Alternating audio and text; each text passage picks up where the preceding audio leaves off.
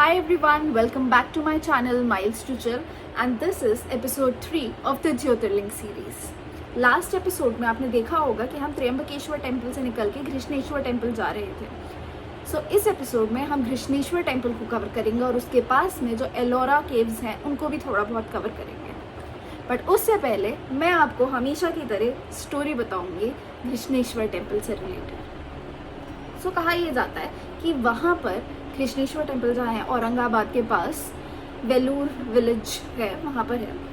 उसके पास एक गांव होता था जिसका नाम था शिवालय, जहाँ पर शिव जी की एक बहुत बड़ी भक्त रहती थी जिनका नाम था घृष्णा। उनको बेबी नहीं हो रहा था एंड इसलिए वो रोज़ 101 शिवलिंग बनाती थी और पास के लेक में उसको प्रवाहित कर देती थी, केवल इसी कामना के साथ कि उनको एक बच्चा हो जाए। ये प्रार्थना से शिव जी खुश हुए और घृष्णा को एक लड़का हुआ।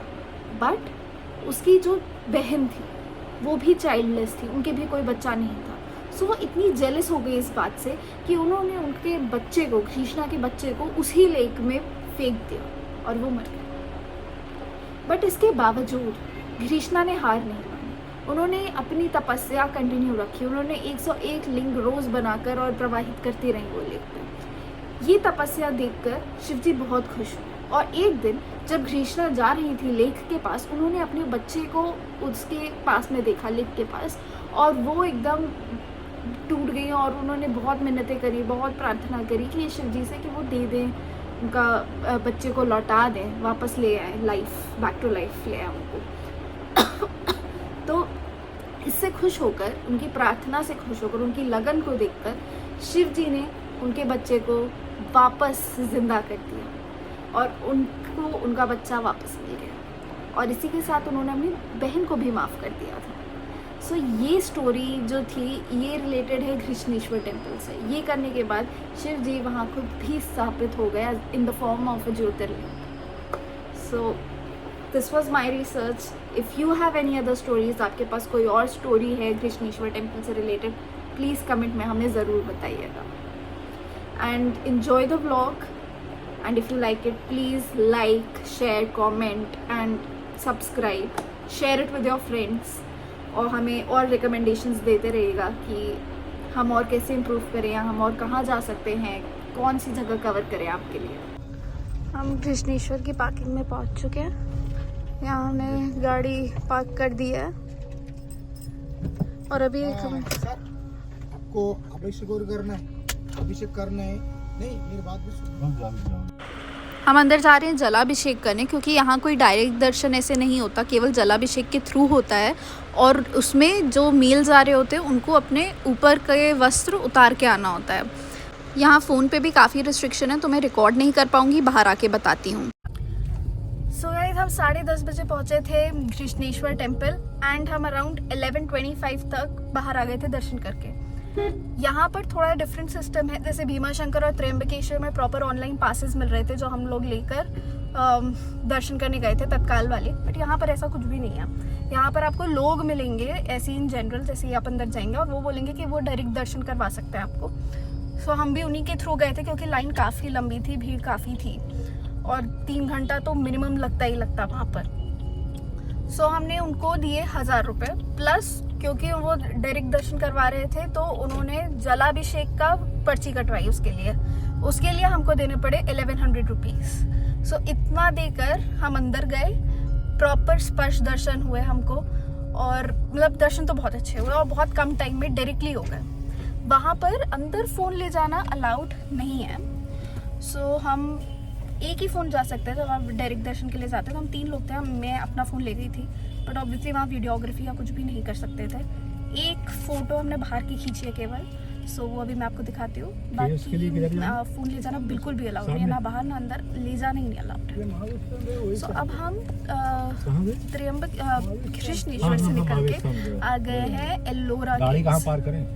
घृष्णेश्वर टेम्पल से मुश्किल से 900 मीटर दूर है एलोरा केव्स, उसकी पार्किंग। हम पार्किंग में आ गए हैं, अभी हम गाड़ी पार्क करके अंदर चलेंगे। गाइस, पार्किंग में गाड़ी खड़ी कर दी। अब यहाँ से हमको पैदल जाना है, थोड़ा सा एंट्री उसकी दूसरी तरफ है। तो चलते हैं, ज़्यादा टाइम नहीं है हमारे पास, तो हम बहुत ज़्यादा एक्सप्लोर नहीं कर पाएंगे। आज ही हमको पुणे के लिए वापस भी जाना है। ये पार्किंग से निकल के रोड क्रॉस करके दूसरी तरफ एलोरा के, तो उसके बाहर ऐसे छोटे छोटे शॉप्स हैं जहाँ पर नींबू पानी मिल रहा है, शिकंजी वगैरह मिल रही है, फ्रूट्स, कट फ्रूट्स मिल रहे हैं। तो आइए देखते हैं। वो है एलोरा की एंट्री। यहाँ पहले थोड़ी सी शिकंजी पी के अपना यासमीन पाएंगे।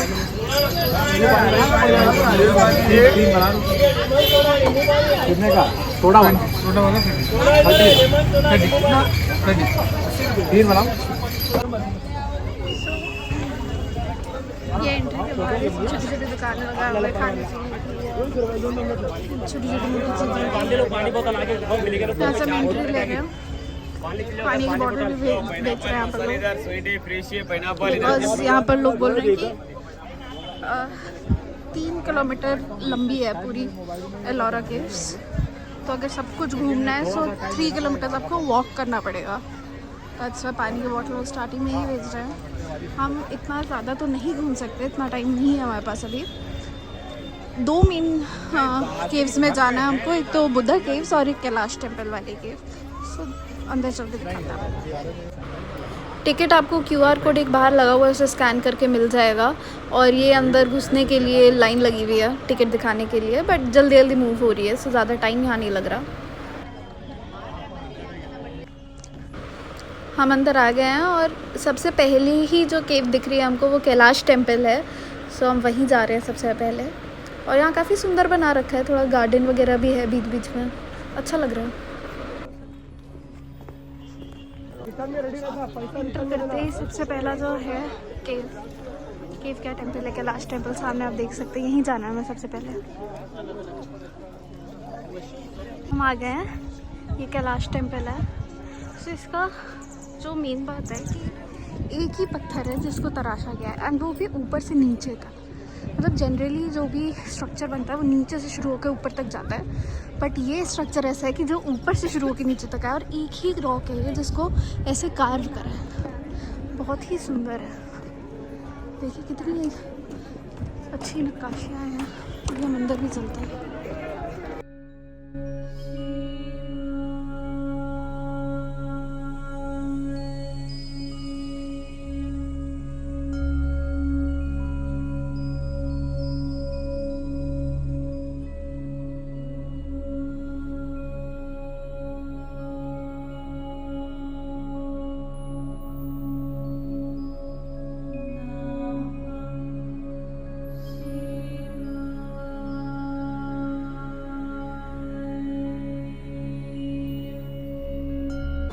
और ये रॉक्स को काटना is also not easy, because ये बहुत ही ज़्यादा टफ और स्ट्रॉन्ग रॉक्स हैं। जनरल स्टील से तो कटेंगे भी नहीं।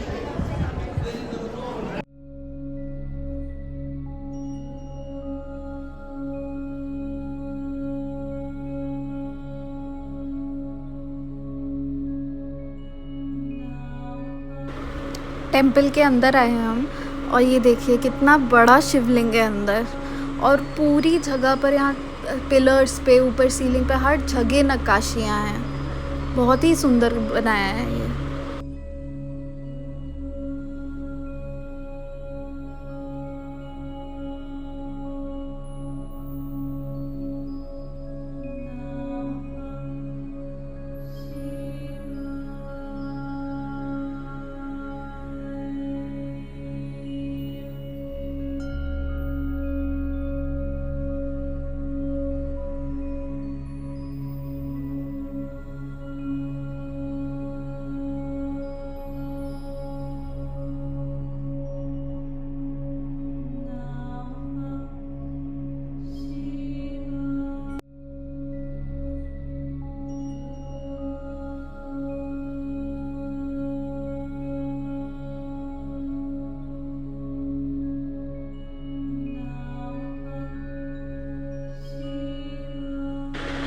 ये आप हाइट देखिए मंदिर की, कि ऊपर से नीचे तक कितना ऊंचा पत्थर को तराशा गया है, कितने अंदर तक तराशा गया है और ये टेम्पल बना है।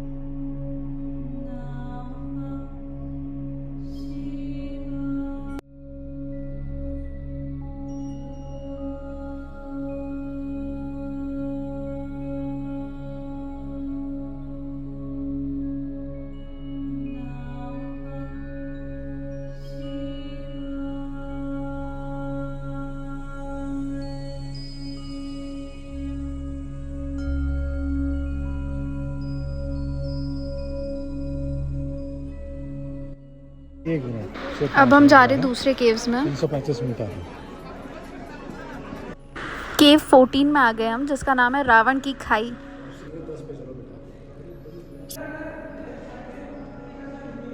ये तो रहा अवतार है।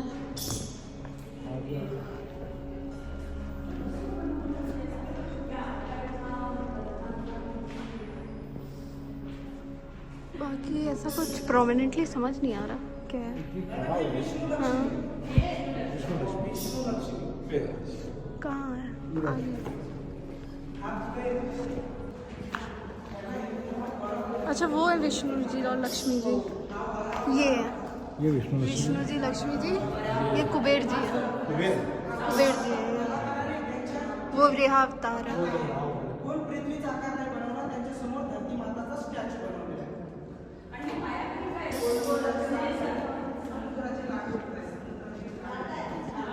इतनी पुरानी हो गई है कि थोड़ा थोड़ा अब खराब सी हो रही है।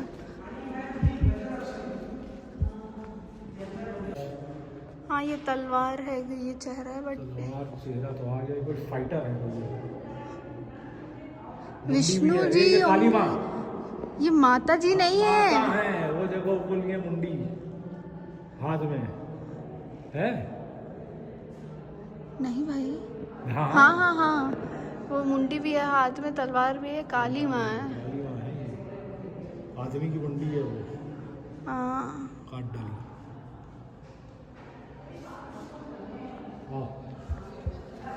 ये भी विष्णु जी लक्ष्मी जी हैं, लग तो वही रहा।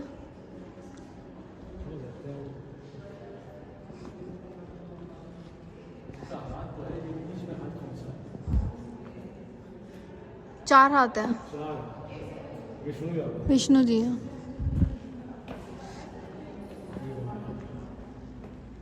ये भी लिए कोई कंडा सा।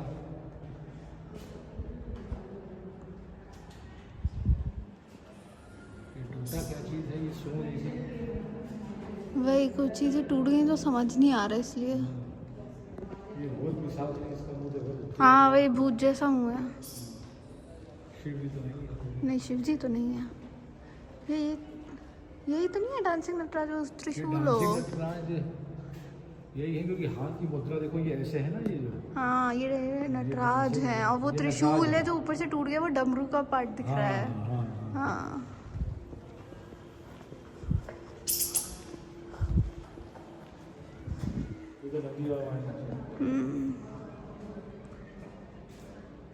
इसे पारो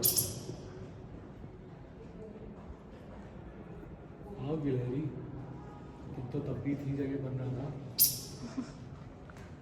तुम ही तो ये भोग। ये है शिव जी नंदी जी के ऊपर। ये नंदी जी है। पता नहीं क्या है। हाँ नंदी जी हैं और वो शिव जी हैं शिव जी फिर, है। या वो माता जी हैं। ये माता है शायद, पता नहीं। ये देखिए हम आगे आगे चल के, और ये है केव नंबर 10। अब हम इसके अंदर जाएंगे।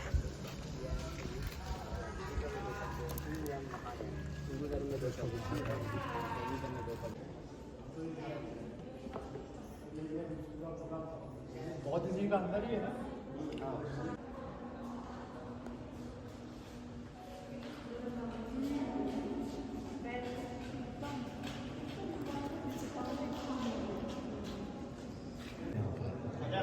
मतलब बनाए हुए हैं।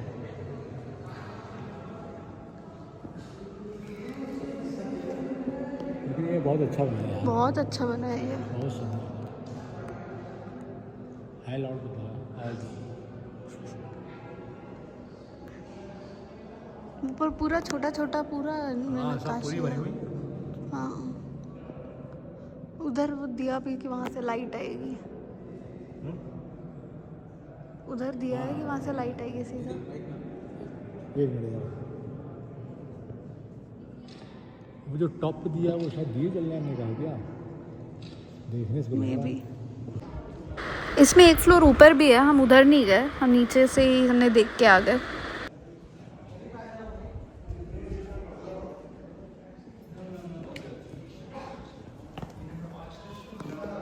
सो हम एलोरा केव्स घूम चुके हैं।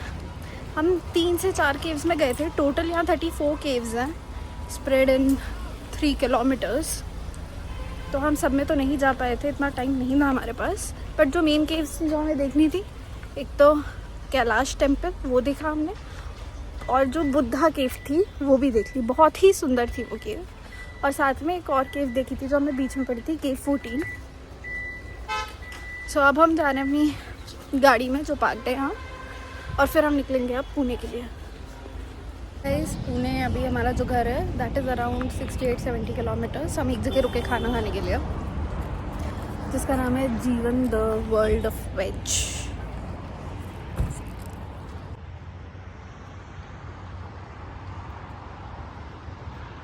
अच्छा बना हुआ लग रहा है, काफ़ी गाड़ियाँ भी खड़ी हुई थी यहाँ पर, तो इसीलिए हमने यहाँ पर रुका।